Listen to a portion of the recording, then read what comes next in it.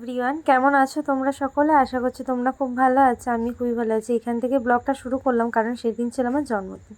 আর জন্মদিনের দিন কী হয়েছে সেগুলো তোমাদের দেখাচ্ছিলাম, আর গিফটটা কী পেয়েছিলাম সেটাও দেখালাম। আর আজকে আমি রুপোর চামচ এবং রুপোর বাটিতে আমি খাবো পায়েস। অনেক দিনের ইচ্ছা ছিল, সেটা হচ্ছে কি দিদি আমাকে আগের বছর যেহেতু বাটি দিয়েছিল আর মা অনেক বছর আগে হচ্ছে কি চামচ দিয়েছিল, তার জন্য এটা দিয়ে আজকে খাবো। আর তার সাথে সাথে এত রূপোর জিনিস তো আমি পেয়েছি।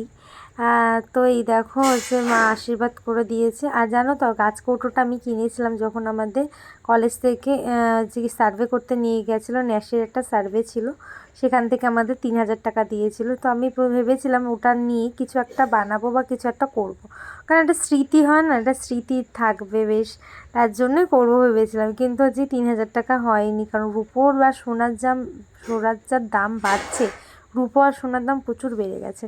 তো যাই হোক, আর কিছু টাকা অ্যাড করতে হয়েছে।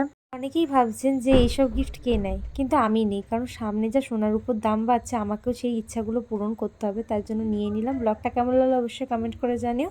চলো তো টাটা।